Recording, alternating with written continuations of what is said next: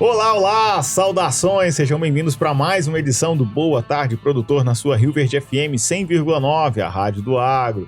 Hoje é sexta-feira, sextou por aqui no Boa Tarde Produtor. Você que já nos acompanha sabe que toda sexta-feira é dia do quê? Do highlight, dos melhores momentos dos assuntos e convidados que passam pela nossa bancada e foi durante esta semana. Então fique conosco, vamos rever aí os principais pontos das nossas conversas. Você que nos acompanha sabe que eu, Hugo Ataíde, não venho sozinho, venho na companhia do JP. JP tá aqui do meu lado esquerdo, ele quem viabiliza para você a transmissão desse conteúdo, desse conhecimento, dessa informação na frequência local no seu rádio, 100.9, Rio Verde FM, a rádio do agro. Inclusive, obrigado pela sua audiência.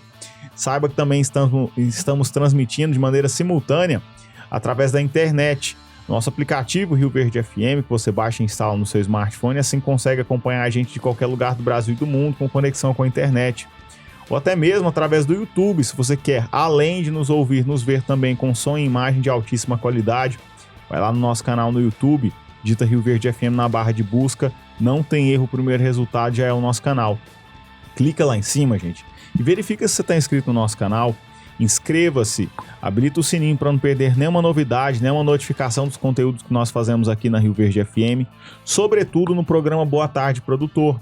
E é através desta transmissão simultânea ao rádio que nós estamos fazendo lá no YouTube neste momento, que você pode fazer parte aqui da nossa bancada, deixando o seu comentário, a sua crítica, o seu elogio, a sua sugestão de pauta, de convidado, qual é o assunto que você quer saber mais aqui no Boa Tarde Produtor, qual é o convidado que você quer ver aqui na nossa bancada. Então diz pra gente lá nos comentários.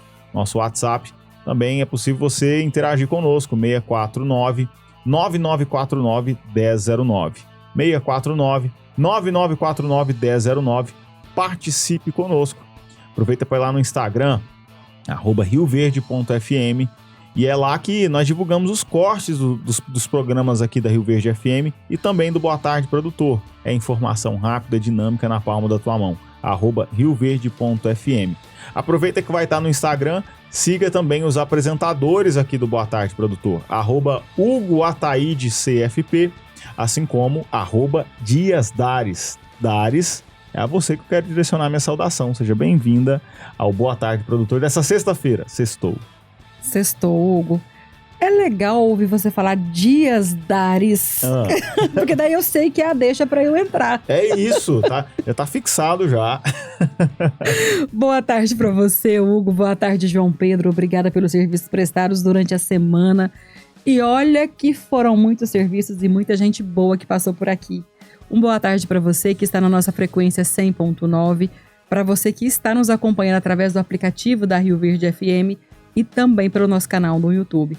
Saiba que estamos aqui por você e para você, então seja sempre muito bem-vindo e participe com a gente. O nosso telefone para contato é o 649-9949-1009. Hugo, sem delongas, segunda-feira recebemos quem? E qual foi o tema? Dares, essa semana essencialmente foi direcionada para pecuária, né? Começamos a semana com o zootecnista, palestrante e consultor Newton Filho, falando sobre gestão de pasto e alimentação, o que o pecuarista precisa fazer para garantir o resultado o ano todo, né, Dares? Exatamente, Hugo. E nós entendemos que tratar de gestão de pasto e alimentação é discutir o coração da pecuária. É nesse momento e é neste ponto que o produtor define se terá lucro, estabilidade e segurança, ou se enfrentará perdas, baixa produtividade e risco constante. Vamos acompanhar um pedacinho desse bate-papo. E dando continuidade aqui ao nosso assunto, né? Vamos falar agora da bonança das águas, né? Oportunidade do agora. Vamos falar sobre o manejo das pastagens no início das águas. Recuperação de áreas degradadas, ajuste e lotação conforme a oferta inicial de forragem, manejo do capim novo para manter qualidade e evitar desperdício. O que fazer nesse momento, Newton? Bom, eu falo que as águas é o nosso diferencial. É o que nossa competitividade com a pecuária está nas águas, que é o pasto. E que se você pegar no mundo inteiro, as pessoas produzem quando há água e calor. Sim. Quando há gelo, também tem problema. E quando há seca, também temos problema. Eu falo que a pecuária, se nós temos 4 meses de chuva no ano, ela é possível de ter uma pecuária intensiva, com 4 meses de chuva. E nós temos mais de 4 meses de chuvas aqui na região. Então nós temos um local muito bom para produzir pecuária, seja ela de leite ou corte. Logicamente, quanto mais chuva você tem, quanto mais temperatura, quanto mais tempo de chuva e mais tempo de temperatura, teoricamente você consegue ser mais competitivo. Fazer um arroba ou fazer um leite mais barato. Fato. Lógico, com algumas ressalvas aí no meio do processo. Depende do grau de intensidade. Mas em termos gerais seria isso, produzir um arroba barato. E arroba do pasto, eu falo que arroba do pasto não tem mais barato. Por que não tem mais barato? Primeiro você produz o pasto e o boi se serve, ou seja, o self-service. Ele que colhe. Então você não gasta dinheiro para ele colher. Você só tem que manejar ele para ele colher correto. E esse também é um desafio, porque às vezes você manda o boi colher no A, ele quer colher no B. Porque ele não é só de apertar botãozinho igual a colhedeira, né? Soja, de milho, por aí vai. Mas enfim, as águas é todo o planejamento dos 12 meses. Quer dizer, o planejamento tem que ter feito já. Mas toda a execução do planejamento na produção de comida, ela é dentro das águas. Então é agora que você tem que fazer. Então agora você tem que acertar a lotação, ver o que tem que ser feito. Se for fazer estruturado, por exemplo, vou dar um exemplo de outro produtor. A gente também produz lá para ele lá e é consultor dele. Até ele vai falar no programa aí. O só Milton, já fazendo mais estruturada. Então o que a gente fez lá? Em vez de reformar um pasto no meio de última hora, lá tem uma estrutura um pouco melhor, a gente subdividiu um pasto, fez mais divisões e apertamos agora no mês de dezembro a adubação nitrogenada. Mas já é um solo já estruturado, uma fazenda mais estruturada. Então você tem vários N's para você contornar um problema. Depende do que você tem para entregar. Então nesse caso lá, a gente vai apertar a adubação, ele teria que vender gado, não vai vender gado. Então a gente já fez a programação de quanto de N vai ter que usar nessa fazenda para que aumente a produção de forragem, para que os animais não passem fome e que a fazenda também não passe necessidade de lá na frente, porque lá na frente essa fazenda, se matar o capim, que é agora que mata capim. Eu falo muito, capim não morre na seca. Com ressalvas. A seca foi muito longa, ele ainda vai morrer. Mas ele acaba não aguentando. Mas em regras gerais, numa condição normal, o capim morre agora, no princípio das águas. Por quê? Quando o capim brota, ele emitiu as folhas verdes. A folha verde tem clorofila. É ela que faz fotossíntese. A planta passou por 6 meses de seca. Você acha que ela produziu raiz nova? Tá com raiz velha. E quem manda produzir raiz nova? É a fotossíntese. Então é a folha nova que manda a planta produzir raízes novas. Se aquele animal tiver naquele pasto, naquele momento, vai comer a folha nova. Não vai fazer fotossíntese, não vai fazer raiz nova. Não fazendo raiz nova, o que absorve água é raiz nova. Consequentemente, o que absorve nutrientes do solo através da água são as raízes novas. Então a planta vai produzir pouco. Vai passar o ano inteiro produzindo pouco. Onde eu falei no início do sequestro, que eu gosto de chamar de pré-águas, o manejo pré-águas. O manejo pré-águas nada mais é do que se você quase comprar uma fazenda. Nós temos dados aí, em 3 anos, sem nenhum quilo de adubo na fazenda, só fazendo manejo pré-águas nessas propriedades, cresce 30% da lotação em 3 anos. Ou seja, você compra 30% da fazenda, uma nova fazenda, 1/3 de uma nova fazenda, sem gastar dinheiro, apenas fazendo um bom manejo de pré-águas. Milton Filho, e o que muda quando as águas começam a chegar mais tarde? Qual que é a estratégia do empresário rural? Então, como eu disse, Dares, são várias estratégias, depende da fazenda, da gestão, do planejamento, o que a fazenda pode entregar, quais são os potenciais que você pode contornar a diversidade, aonde é mais barato, onde é mais eficiente. É difícil você falar uma coisa só. Já citei 2 aqui de mesmas coisas em 2 propriedades diferentes, em 2 assuntos diferentes, com respostas iguais no final. O que você quer no final é a mesma coisa. Então depende muito disso. Atrasar as chuvas destrói bastante, principalmente os mais planejados. Os menos planejados trabalham com lotação às vezes mais baixa, trabalham com lotação, uma sublotação. Então mesmo que atrase as chuvas, ele atrasa um pouco a produtividade, ele tem um desempenho menor nos animais naquele ano, mas ele passa mais fácil, por incrível que pareça. E como que aproveita, Newton, esse renovo do capim de forma eficiente? Tem alguma estratégia específica? Toda forragem tem seu ciclo e tem sua fisiologia. Vou dar um exemplo, por exemplo, do braquiarão, que é uma das forragens mais plantadas no Brasil, que é o brisantão, o famoso braquiarão, brisantão em alguns lugares aí. Ele com 25 centímetros de altura, ele está no ponto ideal de corte. Se você pegar um mombaço, um zuri, é com 90 centímetros de altura que ele está com o ponto ideal de corte. Olha o tamanho da discrepância, tudo é forragem. Uma forragem, por ser uma variedade X, por ser uma variedade Y, as alturas de corte, de ponto ideal de corte estão diferentes. Então, o que você tem? Vamos respeitar a sua fisiologia da sua planta. Vamos pegar o melhor potencial.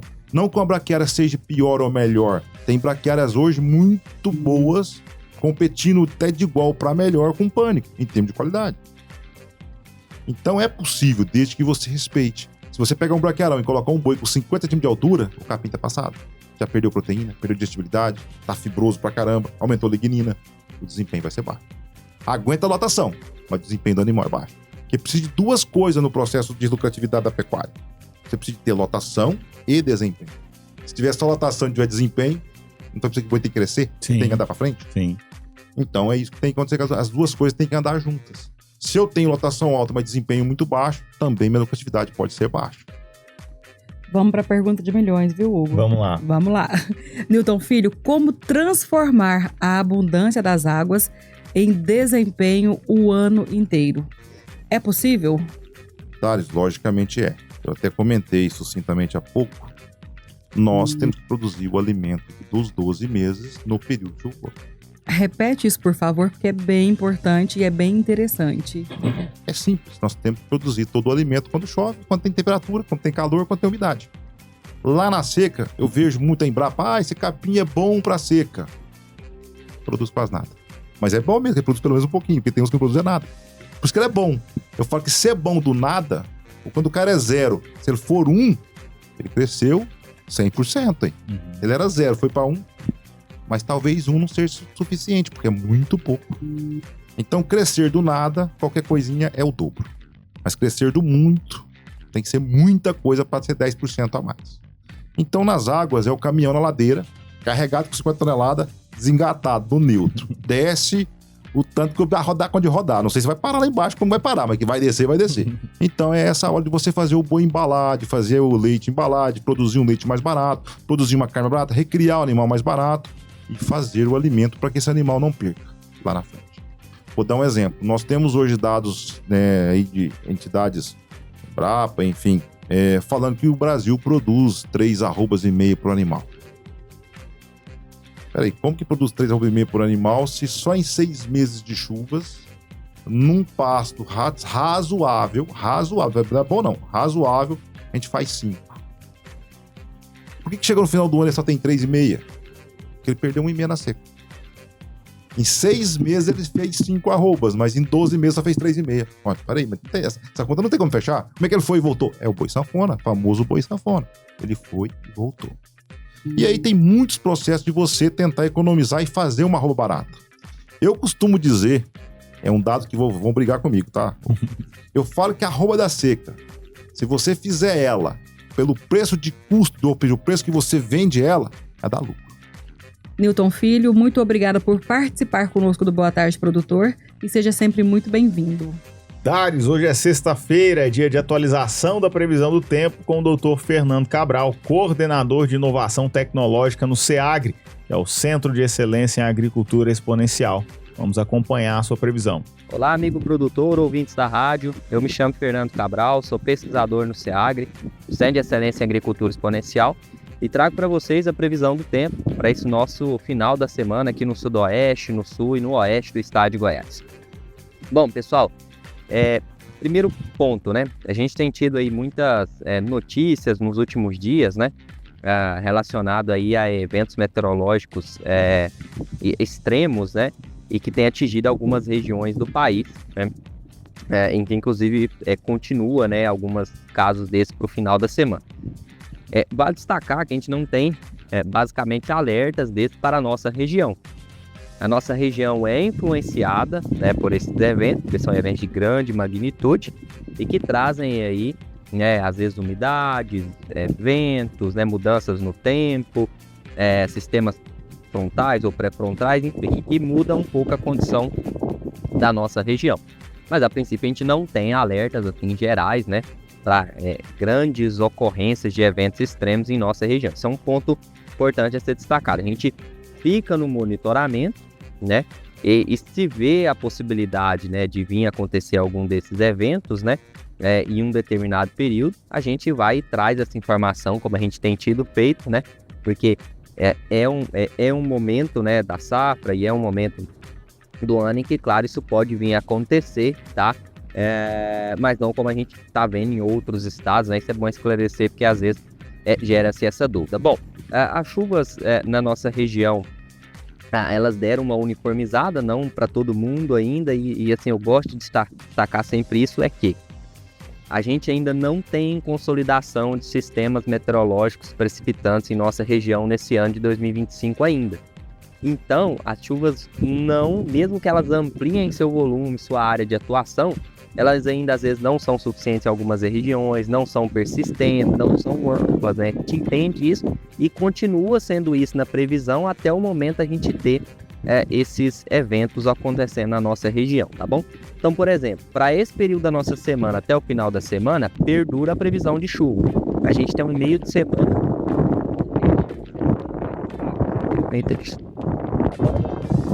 passado, sábado, domingo e também para o início da semana, volta a ampliar essa previsão de chuvas muito semelhante com o que foi para o início da semana. Então fica bem mais nebuloso, a gente começa a ter muito mais chuvas presentes, abrangendo todos os municípios, mas continua aquela situação. Pode ser que essa chuva não aconteça em todas as áreas dentro daquele município, ou se aconteça, volumes muito variados. Gente que às vezes tem lá 50 milímetros, 100 milímetros no período e pessoas que às vezes têm 15, 10, né? Então vai continuar de fato essa situação, infelizmente. A gente sabe que, mesmo a gente falando, olha, teve chuvas e tal, mas a gente sabe que tem áreas ainda prejudicadas no meio dessas que já receberam essa chuva. A gente tem essa ciência, tem monitorado, que inclusive é um ponto importante, né? Porque nem todo mundo ainda está na situação quando a gente fala principalmente das chuvas, né? Mas então, temos previsão, elas devem se ampliar agora, igual eu falei, tivemos um meio da semana mais estável, já era prevista, agora a gente volta para a instabilidade atmosférica. Tendo previsão, pode vir a acontecer tá? Dessa instabilidade atmosférica. Mas a princípio, né, a gente, claro, não sabe precisar onde, quando, mas a gente monitora esse caso puder vir até essa ocorrência, a gente traz a informação para vocês. Lembrando que isso está relacionado às vezes chuvas intensas em um curto espaço de tempo, ventos, né, rajadas de vento, né, enfim, mais ou menos essa situação, tá? Mas, de um modo geral, as chuvas devem retornar para a região novamente, tem um final de semana mais chuvoso aqui para nós e esperamos, né, que aquelas áreas que estão ali com dificuldade acumulada, elas podem ir se recuperando, tá bom? Então, um grande abraço a todos. Doutor Fernando Cabral, muito obrigado pela participação aqui no Boa Tarde, Produtor. Sempre recorrente, segunda, quarta e sexta-feira, nos atualizando com a previsão do tempo. Olha, produtor, eu tenho uma novidade daquelas que dá orgulho de contar, viu? A Carpal New Holland está de casa nova aqui em Rio Verde. Uma loja totalmente repaginada, com mais espaço, mais conforto e a mesma dedicação de sempre para te atender do jeito que o campo merece. Muito em breve você vai encontrar uma estrutura moderna, com tecnologia de ponta e um time preparado para estar ao seu lado em cada safra, como sempre foi. É mais uma prova de que a Carpal cresce junto com quem faz o campo acontecer. Carpal New Holland. Novas safras, mesmo cuidado. Nós vamos para o primeiro intervalo comercial aqui dessa edição do Boa Tarde, Produtor. Daqui a pouquinho retornamos. Fique conosco. Estamos de volta para mais um bloco dessa edição do Boa Tarde, Produtor, na sua Rio Verde FM 100,9. A Rádio do Agro. Hoje é sexta-feira. Estamos repercutindo para você os highlights, os melhores momentos, os assuntos e convidados que passaram aqui pela nossa bancada durante esta semana. E no programa de terça-feira, Dares, nós recebemos Walter Bailão Júnior, vice-prefeito e responsável pela Sala do Agro, o Paulo Martins, superintendente da Sala do Agro, e o Guilherme Campos Oliveira, diretor da Sala do Agro. Eles fizeram um balanço sobre os atendimentos realizados na Sala do Agro durante o ano de 2025, né? E, diga-se de passagem, foram entregas históricas e também falaram sobre os novos desafios para o ano de 2026, né, Dares? Hugo Ataíde, que prosa boa! De qualidade, eu diria, né? E muito informativa. Nós falamos sobre a importância da Sala do Agro para o produtor rural e para o desenvolvimento do nosso município. Só para vocês terem uma ideia, foram mais de 400 atendimentos diretos. Isso atendimentos pela manhã, porque como eles mesmos disseram, à tarde, bota a botina e vão para o campo. Então, nesses atendimentos foram orientações técnicas, apoio em projetos, melhorias em infraestruturas, participações em eventos, articulação com órgãos estaduais e municipais, além de fortalecerem a segurança no campo, a informação e também a produtividade. Vamos acompanhar. E dando continuidade falando em questão de projetos estruturantes e ações estratégicas que vocês realizaram aí durante o ano de 2025, no bloco anterior vocês citaram ali o Cinturão Verde, o aspecto ali das brigadas de incêndio, né? Mas e no aspecto sanitário? Vocês também trabalharam através disso, né? Por exemplo, a gripe aviária e ações de prevenção. Como foi a participação da Sala do Agro na articulação da vigilância sanitária? Qual foi a lição que vocês tiveram no ano de 2025 e se já tem algum planejamento para atuar desta forma no ano de 2026? Eu acho que foi muito importante a sua pergunta, porque a Sala do Agro esteve presente em todos os momentos aí da questão da gripe aviária. Primeiro, quando a Secretaria de Agricultura, lá no passado, fizemos um decreto proibindo a comercialização de aves vivas, prevendo para minimizar os riscos, né, de acontecer um foco de gripe aviária. Já nesse ano, na verdade, com todo o cuidado que foi tomado, a gripe aviária se instalou no nosso vizinho, Santo Antônio da Barra, né? E daí a Prefeitura de Rio Verde esteve junto com as forças de segurança, com a Agrodefesa, com a vigilância epidemiológica, todo mundo unido, né? Justamente deu todo o suporte à Agrodefesa, né? Justamente para quê? E ao governo do estado de Goiás para fortalecer a prevenção e o risco da gripe aviária. E aquela questão, eu acompanhei depois representando o prefeito Wellington Carrijo no encerramento da ação, que em uma semana, menos que isso, estava praticamente debelado o foco, quer dizer, a BRF, que tinha decretou a incineração das aves também, que não estavam contaminadas, mas também por prevenção, né, eliminaram todas as aves ali próximas daquela granja. Enfim, então foram ações proativas e mostrou que Rio Verde estava preparado. Rio Verde e as forças de segurança, que eu chamo, as forças de vigilância, né, Agrodefesa, Vigilância Sanitária, todo mundo junto, né, bombeiros, Polícia Militar. Então foi muito bom estar junto nisso, porque a gente aprende com isso também, mas o Dr. Wellington determinou o seguinte: faça o que tem que ser feito, né? Cuide, porque isso aqui impacta negativamente para todos nós, para o município de Rio Verde. São mais, eu lembro que a gente divulgou a quantidade de empregos gerados só na avicultura em Goiás, é um absurdo, eu não me lembro agora, 34 mil empregos, acho que é muito mais do que isso, né? Mas enfim, Rio Verde teve o foco na nossa vizinha cidade de Santo Antônio da Barra, mas também é divisa seca, 100 metros de divisa com Rio Verde, né? Então, nós estivemos junto lá e a prefeitura esteve presente com o apoio do Dr. Wellington e de toda a estrutura do município. Então, eu acho que foi uma experiência que a gente mostrou que o município está preparado e a gente não quer que repita. Então, quando alguém fala, eu vou levar meu franguinho para a feira para comercializar vivo, a gente gostaria que estivesse comercializando, tá bem? Tem pena disso, mas nós temos que pensar em algo maior, né, que é a segurança, né, sanitária para o município de Rio Verde e para toda a população.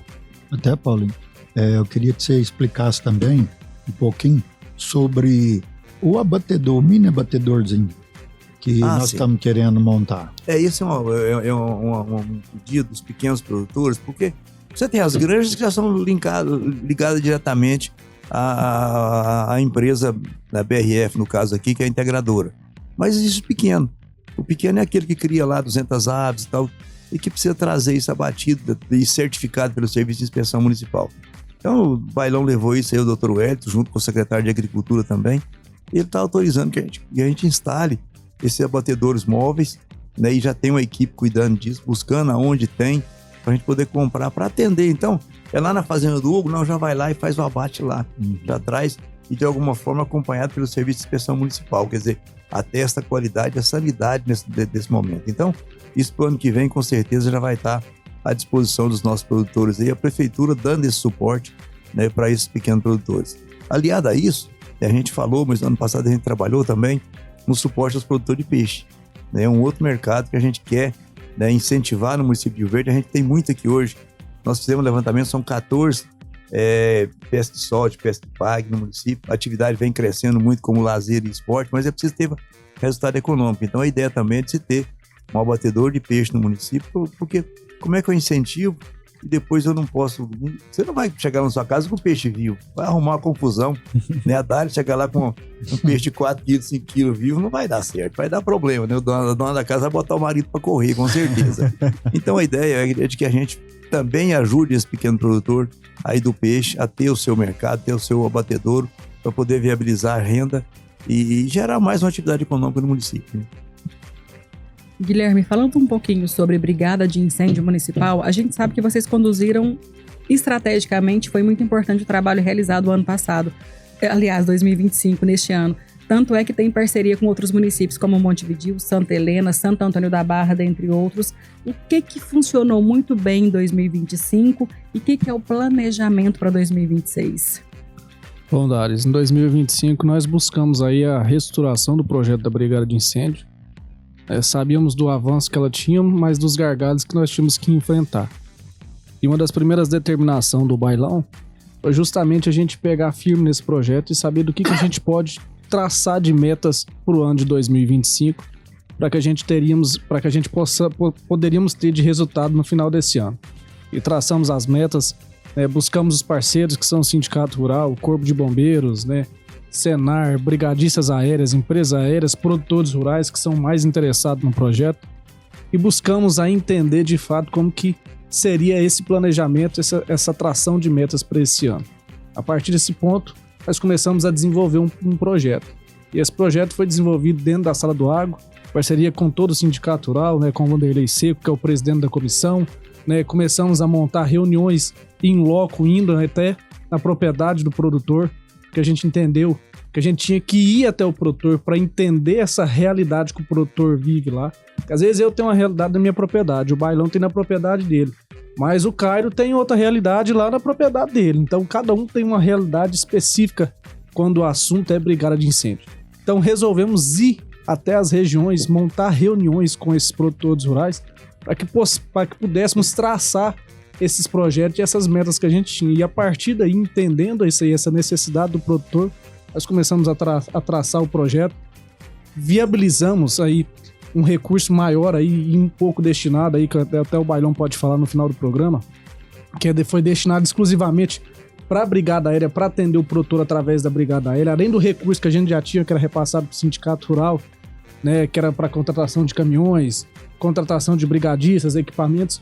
Nós conseguimos, através do Bailão e do Dr. Wellington, aumentar esse recurso e destinar um recurso exclusivamente para a Brigada Aérea, que atendeu exclusivamente o produtor do município. Ou seja, traçamos essas metas, aumentamos equipamentos, buscamos estruturar cada vez mais o Corpo de Bombeiro. A gente via a necessidade que o Corpo de Bombeiro tinha em trabalhar no campo e a falta de efetivo que o Corpo de Bombeiro tinha. Então estruturamos em mais caminhonetes, estruturamos em mais caminhões, buscamos aí o apoio dos TRRs e aumentar esse apoio através do Vanderlei, estruturamos as brigadas aéreas, construímos e aumentamos mais pistas de pouso em Rio Verde. Só esse ano nós conseguimos recuperar 7 pistas de pouso em Rio Verde. Uma ela não está no projeto, mas ela está agora em fase final, até não mencionamos ela no relatório, mas ela está em fase final. Ou seja, e entender o que a gente precisava de reestruturar nessa pista. Além da recuperação, entender, porque nós temos aqui no Rio Verde uma pista modelo, entender como que nós íamos tornar essas pistas do nosso município modelo, que é uma pista com poço artesiano, pronta ali para ser operado, com caixa d'água, com energia fotovoltaica, ou seja, pista modelo. E a partir disso aí, internet, Wi-Fi, o Paulinho lembrou muito bem, e a partir daí começamos a traçar essas metas. Claro que no ano de 2025 nós não íamos conseguir estruturar essas pistas da forma como nós queríamos, mas já demos o pontapé inicial para que possamos aí, fizemos essa recuperação dessas pistas, para que possamos, que aumentamos esse recurso. Enfim, eu acho que nós tivemos isso, nós chegamos no final. Eu acho que foi o ano em que a Brigada Aérea teve mais isso, o ano que nós mais conseguimos controlar o foco de incêndios. Através do relatório, nós conseguimos diminuir a área queimada do município, aumentando a produtividade do município, diminuindo o custo do município dentro das brigadas. Enfim, foi o ano que nós tivemos mais êxito, foi o ano que nós tivemos mais parcerias e realmente trabalhamos de fato nisso aí. E essas iniciativas que nós tivemos, o projeto agora é a gente reforçar isso aí cada vez mais. A meta nossa é nós conseguimos dobrar isso aí para 2026, avançar em alguns pontos que já começamos a trabalhar na última reunião que tivemos na última sexta-feira lá na Sala do Agro, que encabeçamos isso aí, e de fato mostrar que esse projeto da Brigada de Incêndio vai ser um dos carros-chefes da Sala do Agro no ano de 2026. Bailãozinho, Paulo Martins, Guilherme, sejam sempre muito bem-vindos ao nosso Boa Tarde Produtor. Sempre que precisarem, estaremos aqui à disposição. Olha, produtor, participe da campanha Pedido do Bem, pede o menu. Quanto mais você pede, mais a gente doa nesse Natal.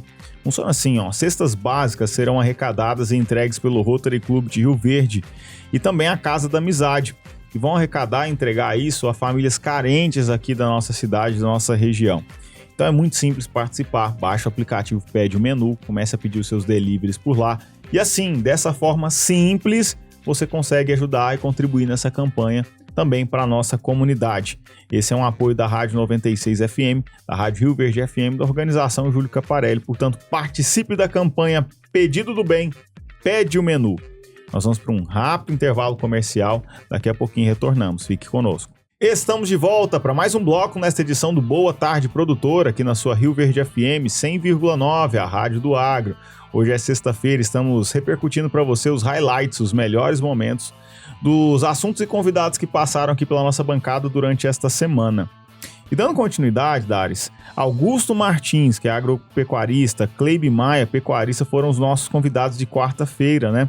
Nosso tema em pauta foi genética e manejo, os pilares da pecuária moderna, Dares. Isso mesmo, Guataíde, nós mergulhamos no universo do melhoramento genético e das boas práticas de manejo. Nós falamos sobre tecnologia, seleção, eficiência, tradição e futuro. Tudo o que faz da nossa pecuária um setor cada vez mais forte, moderno e preparado para os novos tempos. Vamos acompanhar o resumo deste programa. Sem delongas, já vamos dar continuidade a esse assunto, né? Vamos falar da experiência prática de vocês, vamos explorar bastante isso, né? Porque é uma oportunidade que a gente tem produtores que têm a pele em jogo, literalmente, aqui, que fazem adequadamente o manejo, têm o conhecimento teórico, mas também tem a prática ali e a experiência acumulada nesses anos, né? Só um adendo, a gente agora vai entender de onde vem aquela carninha boa, macia que a gente come. Não fala não, Dário, você tá de sacanagem, né? Como que faz pra você ter essa carne gostosa que tá no seu prato aí? Ó, quais os critérios vocês consideram, você, Augusto, você, Cleibe, consideram fundamentais na escolha aí de touros e matrizes para garantir a evolução do rebanho? Bom, Hugo, vou seguindo aqui a ordem alfabética, né? Respondendo primeiro que o Cleibe. Na verdade, quando algum cliente ou um amigo me faz essa pergunta, eu devolvo outra pergunta. Eu falo, quando você quer comprar um touro ou uma matriz, um animal para construir um rebanho, qual que é o seu objetivo? O que você quer ter na sua fazenda daqui 5, daqui 10 anos? Porque o bovino, isso a gente tem que observar sempre, a pecuária de corte bovina, ela é muito diferente do suíno, da ave, por conta do tempo de reprodução. O bovino demora muito. Uma vaca, um bezerro, ele demora 9 meses e meio, quase 10 meses para nascer, diferente do suíno e da ave. Então você tem que estar muito certo daquilo que você quer produzir. Então, tendo a resposta da pessoa, eu consigo falar, olha, vamos observar esses aspectos no touro. E é por isso também, quando me perguntar por que você cria Nelore. E eu sou apaixonado Nelore, um dos motivos por ter sido criado dentro de uma fazenda com um bisavô que já trabalhava com Nelore, meu avô, meu pai, e eu estou seguindo esse caminho da pecuária de nelorista. O Nelore é capaz de se adaptar a diferentes tipos de manejo e de criação.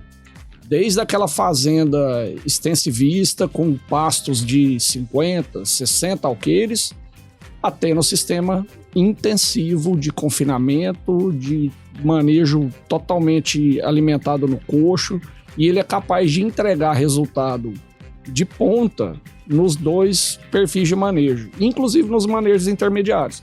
Então, no Nelore, você consegue ter animais com foco nesse manejo intensivo e animais com foco no manejo extensivo. O que eu gosto de frisar sempre, independente do perfil de animal que você procura, respeite padronização racial. Eu acho que se você não respeita o padrão racial daquela raça, e esse padrão racial está descrito na literatura. Só você procurar a literatura, o veterinário bom vai saber te descrever qual é o perfil racial do Nelore, do Guzerá, de todas as raças. Então procure, respeite o padrão racial e busque a genética focada no seu objetivo. Essa é a principal orientação. e, ao mesmo tempo, olhar resultado daqueles animais que você pretende usar. Quando você vai comprar um sêmen de um touro, você buscou ver bezerros nascidos? Você já viu a fêmea dele parida? Como é o sumário dele? O pessoal hoje tem usado muito touro olhando só sumário. Eu não concordo. Eu acho que o sumário é importante, olhar o número, olhar a avaliação genética é fundamental, mas ela não é suficiente. A gente tem que ver o fenótipo do animal. Aquele animal se adapta ao seu manejo, à sua realidade. Muitas vezes não. Você vê um animal com um número fantástico, uma avaliação genética muito boa, mas não é o animal adequado para o seu manejo. Então, esse cuidado na aquisição da genética, ele vai refletir o seu resultado final. E o problema do bovino é que quando você erra, você só vai enxergar o seu erro quase 2 anos depois. Você usou um touro errado, a vaca vai demorar 10 meses para parir, e você vai demorar mais 8, 9 meses, 7 meses para desmamar o bezerro. Então você tem aí um intervalo de 20 meses para você enxergar o erro que você cometeu lá atrás. É muito tempo. Assim, só de maneira diferente, mas falando o que o Augusto acabou de nos dizer aí. Eu vou salientar aqui uma pergunta que eu recebi antes de ontem. Eu postei o vídeo de umas vacas antes de ontem no meu Instagram, e aí um rapaz me fez uma pergunta. Ele me perguntou assim, eu tenho uma pequena propriedade e eu queria melhorar o gado que eu já tenho aqui. Eu tenho um gado aqui, eu queria melhorar ele, eu sou pequeno produtor e queria melhorar esse gado. Como eu começo para melhorar esse gado meu? Eu acho que a primeira coisa que ele tem que fazer é começar com seleção. É ele tirar o que ele vê que tá fora do padrão, que às vezes não serve. Ele tira, às vezes aquela troca que a gente faz, aquela famosa troca 3 por 2. Ele vai ali, ou 3 por 1, né, Augusto? Por que não? Troca 3, vai ali, vende o que ele tem de ruim, compra animais bons. Adquira touros melhoradores. Ele tem que trazer para sua propriedade o que tem de touros que tem de melhor, que o Augusto falou, porque se você ficar esperando pra ver o resultado, pra depois saber o que você vai seguir, você perdeu tempo demais. Você perdeu tempo demais. Então você tem que começar. Dinheiro, né? Tempo e dinheiro. Então compre touros melhoradores. Como touros melhoradores? Eu não olho muito essa coisa de número. Mas eu não me preocupo muito com esse negócio aí. Eu não sei saber. O Augusto falou de sumário, eu não sei nem o que é sumário. Às vezes a pessoa fala, não sei nem o que é isso, né? A pessoa tá lá na sua propriedade, às vezes nesse assunto ele é meio leigo. Aí ele pode, assim... o que eu digo pra ele é o seguinte: vá buscar orientação, vá em produtores que já estão produzindo, que já estão com melhoramento já há um certo tempo, que já está há um certo tempo no mercado. Adquira touros melhoradores e comece a fazer, porque o tempo passa de qualquer forma, ele passa de qualquer jeito. E você, ao invés de você ter 10 vacas no seu pasto, às vezes você fica com 6, 7. Às vezes o pasto vai sobrar, às vezes vai ser melhor, o seu animal vai ficar mais bem nutrido, as suas vacas não vão falhar. O que você está fazendo é produzindo animal com a genética melhor e maior, né? Então, assim, você vai estar com animais melhores na sua propriedade. Na hora da venda, você vai ser muito mais feliz, porque eu tenho certeza. É aquele velho ditado, né, Augusto, Dares? É aquele velho ditado. Às vezes o cara chega e olha só bezerrada pra comprar, mas ele pode até não comprar, mas sai olhando pra trás. Ele sai olhando pra trás e fala, nossa, eu deixei uma mercadoria muito boa ali, eu não comprei, mas eu devia ter comprado. Então, quando você trabalha com mercadoria boa, quando você trabalha com aquilo que tem de melhor, com certeza você tá no caminho certo. Às vezes você vai enfrentar muitas outras batalhas, muitas outras dificuldades, você que é pequeno produtor, às vezes enfrenta muitas outras coisas. Mas o que você trabalha com qualidade. Você trabalha com aquilo, você tá fazendo o seu dever de casa. Você tá trabalhando com animais melhores. E a partir do momento que você faz isso, que você começa a melhorar seu rebanho, com todos os melhoradores, que você começa a selecionar o seu rebanho, aquilo vai ficando tão assim, vamos dizer, até emocionante de ver. Você vai empolgando com aquilo, você vai falar assim, nossa, olha o bezerro que nasceu. Às vezes você não tinha visto aquilo antes. Olha o peso, olha aí, você começa a empolgar com aquilo, você começa a ver que tá dando resultados. Aí você vai dando continuidade. E o resto vai surgindo assim a olho nu ali na sua propriedade. Então é o conselho que eu dou principalmente o pequeno produtor que tá querendo criar coisas melhores, porque já ficou pra trás aquela história. Não, porque eu tenho só 15 vaquinhas, eu vou pôr qualquer boizinho aqui e tá perdendo tempo, né, Augusto? Tá perdendo tempo. A história de colocar boi de boiada, né? Exato. Aí, não, só tem 15. Não posso comprar um boi desse, não, porque o boi ele é caro, mas não é caro, é porque o que é bom, ele não custa, ele vale. O que é bom, ele vale. Então você tem que começar, o produtor precisa parar com aquela mentalidade, não, peraí, mas aqui eu coloco um touro ali, não, o touro é bom, mas você tá vendo o touro, ele é um touro, às vezes a olho nu ali, ele é um touro bom, mas ele não carrega aquela árvore genealógica dele, ele não carrega aquela bagagem genética no touro, ele não tem aquela bagagem genética, ele não veio de um criatório, ele não veio de um trabalho de seleção. Então, produtor rural, pense muito bem na hora de adquirir seu touro, na hora de adquirir suas matrizes. Às vezes você fala assim, não, mas eu vou começar... Não, beleza, você pode até começar ali adquirindo umas matrizes até mais em conta, tudo, mas procure os animais melhores, já um pouco melhores, e invista no seu reprodutor. Às vezes você vai partir pela disseminação, se você quer fazer uma disseminação... O Cleibe, aquilo, você falou no negócio aí, e eu lembrei de uma palavra, de um palestrante uma vez na ABCZ, falando sobre melhoramento e tudo, ele falou, as pessoas, o pecuarista, ele não consegue perceber o peso da genética de um touro registrado. Aí ele falando de todos os zebuínos, né? De um touro PO. Nós, seres humanos, quando você tira uma certidão de nascimento, na certidão de nascimento você tem ali pai e avô. Acho que é a segunda geração no máximo. Um animal PO, você tem animais PO, e 90% do rebanho do gado PO é assim, que quando você puxa a genealogia dele, você tem 15, 20 gerações na sua mão, conhecidas. Você sabe medir o grau de consanguinidade automaticamente, o próprio sistema da associação te dá o grau de consanguinidade do animal. Então, assim, a segurança genética de uma pessoa que usa um touro PO é muito grande. E no que o Cleibe falou, e aí servindo até para o produtor de leite. Eu já trabalhei com leite, tirei leite quase 12 anos. A primeira geração, aquele produtor, pequeno produtor ou médio, grande produtor, que ele começa a imprimir genética no seu rebanho, o primeiro resultado, a primeira geração, normalmente ela entrega uma mudança fantástica no resultado. É muito maior, é muito mais difícil para o Cleibe, que já tem um gado que é exemplo, que tem um rebanho, uma vacada fantástica. Para o Cleibe melhorar o gado dele, não é fácil. Não é fácil, porque ele já está em alto nível. Então, aquele rebanho que está ali com vacas de 14 arroba, vaca de 13 arroba, um rebanho que não tem padronização.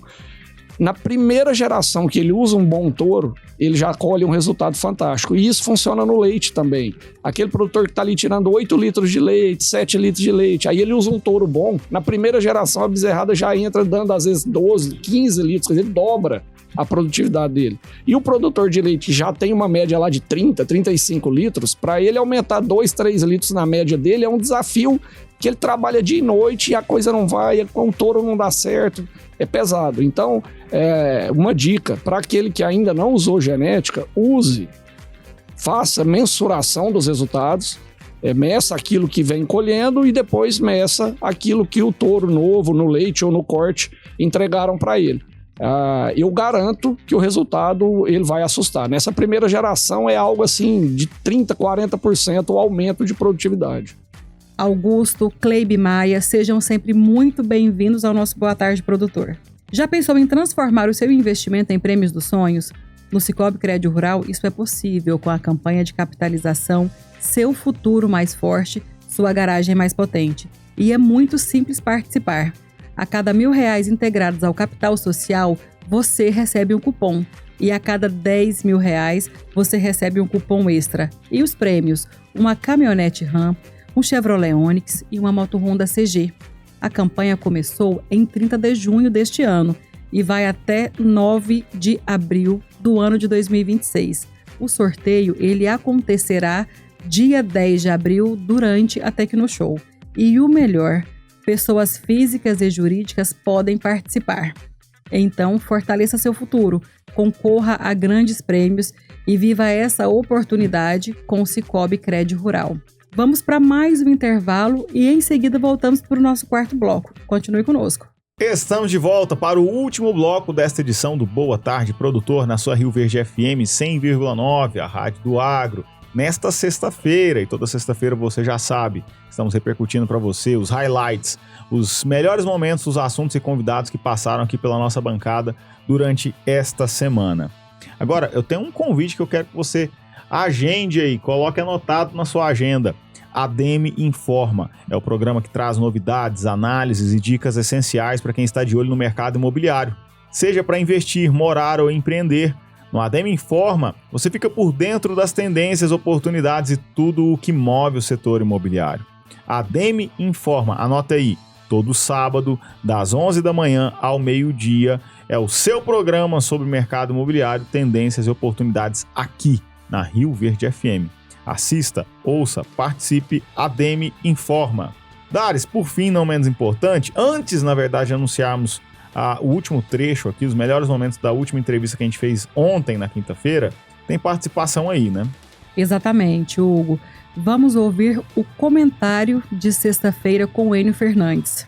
Caríssimos e caríssimas, hoje nós vamos abordar eleições, mas não são as eleições para deputado federal, deputado estadual, governadores, senadores e presidente da República. Não é esse o tema. O tema são as eleições dos sindicatos rurais, das associações, das cooperativas.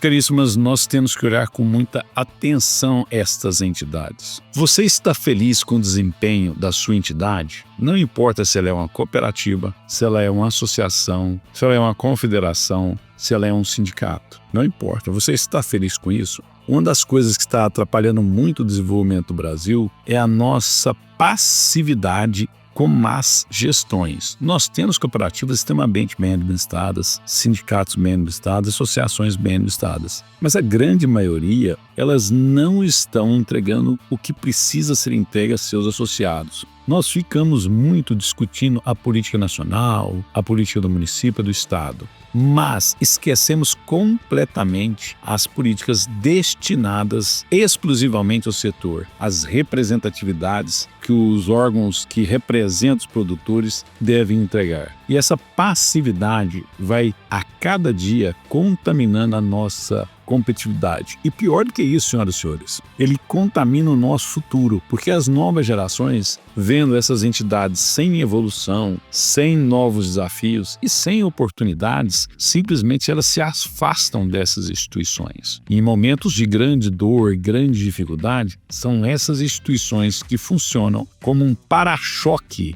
entre os produtores rurais e o mercado e os governos federal, estadual e até mesmo municipal. Elas os representam. A grande vantagem da instituição é que ela não tem uma pessoa, ela é um grupo de pessoas protegido por um escudo. Essa é a principal função dos sindicatos, associações cooperativas. Alguns nas áreas políticas classistas, outras nas áreas econômicas, mas essa ação tem que ser efetiva. Não adianta eu ficar falando mal do senador, presidente da República e do deputado federal e estadual e eu sou passivo, omisso com as minhas instituições.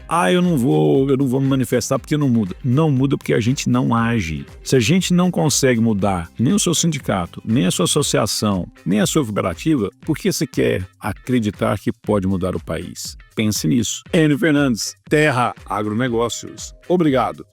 Enio Fernandes, muito obrigada por estar conosco e aguardamos você aqui no nosso Boa Tarde Produtor, segunda-feira. Até lá. Dares, na quinta-feira nós recebemos a médica veterinária Maína Mendonça. O nosso bate-papo foi sobre pecuária leiteira. Quando a gente fala em leite, muita gente pensa primeiro em genética, né? Manejo ou tecnologia. Mas antes de qualquer coisa, existe um pilar que sustenta toda a atividade, que a vaca come. Porque no fim das contas, a alimentação não é apenas um detalhe, é o que coloca leite no tanque, saúde no rebanho e resultado no bolso do produtor, Dares. Exatamente, Hugo. E sem delongas, o nosso tema em pauta foi da boca ao balde, como a alimentação define a qualidade do leite. Vamos acompanhar. Maína, e dando continuidade aqui ao nosso assunto, vamos falar agora sobre fibra volumosa e saúde ruminal. Qual que é o papel da fibra na dieta da vaca de leite e por que ela é tão indispensável? A vaca é um ruminante, gente. Então ela precisa de fibra para ruminar. Então chega um período da seca, eu acho que o produtor ele esquece que a vaca é um ruminante. Então ele vai... a casquinha em partes é fibra. Só que eu acho que por um período acho que ele esquece que precisa de fibra para a vaca ruminar. Então não tem nada, ele vai... compra o que acha. A ração é importante, é extremamente importante. Só que ela vai estimular certas bactérias ruminais, que vai ser importante, por exemplo, para a produção de proteína. Para eu produzir a gordura, por exemplo, eu preciso de fibra para estimular certas bactérias para a produção da gordura. Então, se ela não ruminar, se eu não estimular o rumen, ela não vai remoer, que a gente fala, né? Que é o processo de ruminação, e ela não vai tamponar o rumen, ela precisa produzir saliva. Pra você ter uma noção, quanto mais ruminar, mais saliva ela produz. Ela vai produzir 200 litros de saliva. Quanto mais saliva ela produz, ruminando, mais ela tampona o rumen e mais saúde ruminal ela vai ter. Então, mais sólidos ela vai produzir. E a gordura, ela tem um papel extremamente importante para a saúde ruminal. Quanto mais gordura ela produz, mais qualidade ruminal eu tenho. Mais saudável esse rumen vai estar. Entendeu? Maína, e quando o volumoso ele é insuficiente ou ele é de baixa qualidade, o que acontece com esse animal, com a vaca de leite? Aí a gente tem alterações desse processo de ruminação. Ele fica indo e voltando, igual em alguns casos. A gente tem um volumoso de baixa qualidade, tem estudos que eles fizeram com capiaçu em raças Jersey, por exemplo, que a vaca fica ruminando muito tempo. O capiaçu, ele cortado em ponto passado, fica indo e voltando, e aí ele gerou lina, o leite instável não ácido. Por quê? A vaca não consegue ruminar, ela não consegue degradar essa fibra, é uma fibra de baixa qualidade, e aí ele instabiliza o rumen. Então ele acidifica, ela não consegue degradar essa fibra. Então chega um momento que ele não consegue tamponar. Então a vaca ela precisa degradar essa fibra, produzir certos ácidos, né, e micro-organismos específicos para ele tamponar esse rumen, né? Perfeito. Ô Maína, e quais opções de volumoso o produtor tem hoje e como escolher o melhor para cada realidade? Tem alguma receita de bolo ou depende? Olha, o que a gente tem de volumoso são vários. Se a gente pegar da Embrapa, a Embrapa todo ano lança um volumoso diferente. Né? O capiaçu mesmo, tem sorgo boliviano. Mas o que a gente mais utiliza para bovino leiteiro é o milho. Né? A gente tem a silagem do milho. Porque o milho ele é degradado, a gente tem o amido, ele é facilmente digerível. Além da porção de fibra que tem da planta, a gente tem o amido que é utilizado no rumen, entendeu? Então, o milho hoje é o mais utilizado e ele tem uma qualidade muito boa. A gente tem os pré-secados de capim, a gente tem o feno, que é utilizado também. Que é uma fibra mais longa. Só que a gente não pode usar qualquer feno e qualquer pré-secado. Ele tem que ter qualidade, ele tem que ter sido plantado para isso. Porque hoje tem produtor que faz os rolões, planta, por exemplo, a semente, planta o capim para sementeira, depois vai lá e faz o rolão. Essa fibra, ela tá passada. Então, ela tá muito dura. Ah, não tenho fibra de jeito nenhum, não tenho o que a vaca comer. Vai lá, paga bem barato naquele negócio lá e joga lá no pasto pra vaca comer. É uma fibra de baixa qualidade. Aí eu vou precisar entrar com ureia, ou uma ração ureada, ou uma ureia separada para eu estimular as bactérias ruminais daquela vaca, para eu estimular a vaca a comer aquela fibra que não tem uma qualidade muito boa. Então, tudo é uma estratégia alimentar. Então, eu preciso ter um veterinário, um nutricionista ali junto para avaliar o quadro. Então, não é o produtor ali tomar essa decisão, porque pode dar muito ruim. da forma que ele tomar. Porque a vaca, ela não consegue comer a qualidade, a quantidade e qualidade do que ela precisa comer. Porque uma coisa que limita o consumo da vaca é matéria seca. Então, aquele trem vai estar com a matéria seca muito alta, ela não vai conseguir comer, e isso aí vai dar problema ali e vai alterar a qualidade do leite dele. E aí depois, igual acontece muito, chegar lá comigo. Eu preciso de alizarol, eu preciso testar porque tá dando acidez no meu leite. E a gente senta com o produtor e vai conversar e vai ver que é nutricional. Não é que o leite dele tá ácido, é porque ele tá tendo alteração de pastagem, não teve uma nutrição adequada durante o período seco e agora começou a crescer ponta de capim, as vacas tá desesperada para comer fibra, começa a comer ponta e aí dá alteração. Ô Maína, e é possível, existe um equilíbrio ideal entre volumoso e concentrado para manter esse rumen funcionando em épocas distintas? Existe. Qualquer época, normalmente é 40-60. 60 de volumoso, 40 de concentrado, né? Normalmente. Aí depende da qualidade da fibra e o percentual de matéria seca, né? E aí, como que a gente sabe o percentual de matéria seca? É fazendo as análises bromatológicas. Então, é conversar com o nutricionista, né? Tenha um veterinário ou um zootecnista nutricionista na fazenda. Comigo, né? Vamos puxar a sardinha aí, né? Para nossa cooperativa maravilhosa. Tem excelentes profissionais que fazem essa avaliação. Vai lá, coleta a amostra do silo, do capim, de todos os materiais que estão sendo utilizados na dieta das vacas. Avalia. Tem os programas que fazem a dieta. Então, não é da cabeça, gente. Vou fazer uma dieta. Tem um programa americano, que é o NASEM, que a gente joga esses componentes dentro desse programa e é o programa que avalia a dieta que é feita para essas vacas. Então, fazer dieta para vaca de leite não é da cabeça. Não é você sentar aqui e falar, vou colocar 50 quilos de silagem, 10 de... Que antigamente tinha essa 3 por 1, né? 3 para cada 3 litros de leite, 1 quilo de ração, né? Era uma coisa que foi feita lá acho que, se não me engano, pela Embrapa, e a gente tinha essa regra. Hoje em dia já não é mais assim, então tudo a gente tem que avaliar. Avaliar a pastagem, o quadro geral dos animais, até os sólidos a gente avalia, o percentual de gordura, o percentual de proteína, o DEL dessas vacas, que é o período de lactação desses animais, então tudo é avaliado.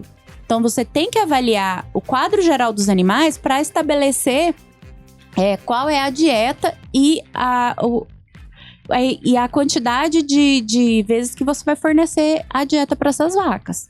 Então, para você não perder dinheiro.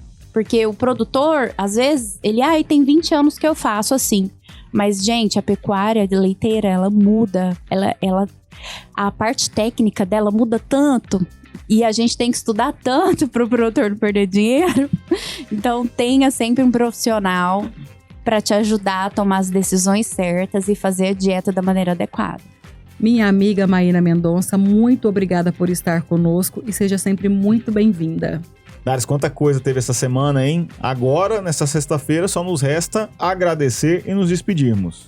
Hugo, muita gente boa passou por aqui. Como a gente vem falando ao longo dos programas, graças a Deus, todo programa é uma consultoria. É verdade, consultoria grátis. Só ligar o rádio aí, das 11h30 ao meio-dia e meio, que você tem aí grandes insights, grandes dicas, que eu espero que você esteja com o caderninho ao lado aí, anotando num bloco de notas aí no celular, porque são dicas valiosas. Exatamente. E se por acaso você quer ver algum programa ou achou interessante e quer mandar o link para alguém, entra no nosso canal no YouTube. Os programas ficam todos arquivados lá. Lá você pode ver, rever e ainda encaminhar para alguém. Vá que você presenteie alguém com a consultoria, né, não, Hugo? É isso aí. Nesse Natal, né? Chamando meu presente de Natal. Meu presente de Natal. Veja o que essa pessoa tá falando aqui, porque é interessante, vai de acordo com a sua atividade. No mais, a gente agradece as pessoas que passaram por aqui, são grandes profissionais, grandes empresários, todos com a agenda lotada, mas tiraram um tempinho para estar conosco. O nosso muito obrigado, a nossa gratidão eterna. E a você que nos acompanha de segunda a sexta-feira, das 11h30 ao meio-dia e meio, permitindo que a gente pegue carona no seu carro, que a gente entre na sua casa, na sua máquina, porque você tá trabalhando também, né? A gente agradece muito e queremos a sua companhia segunda-feira, aqui no Boa Tarde Produtor. João Pedro, obrigada pela semana. Hugo Ataíde, meu parceiro. Sextamos. Até segunda. Dares, minha parceira, muito obrigado por essa semana. Agradecer a todos os convidados que passaram aqui pela nossa bancada durante essa semana. JP, reforçar a nossa gratidão pelos seus serviços prestados, levando aí a nossa audiência, esse conteúdo, essa informação, esse conhecimento na frequência local do seu rádio, 100.9 Rio Verde FM, a rádio do agro. E agradecer, externar minha gratidão pela nossa audiência extremamente qualificada. Você que nos honra muito mais do que somente com seu tempo. Nos honra com a sua confiança e credibilidade diária depositada aqui no Boa Tarde Produtor. Eu, Hugo Ataíde, fico por aqui, mas na segunda-feira estamos de volta. Ótimo final de semana, Deus abençoe. Até lá!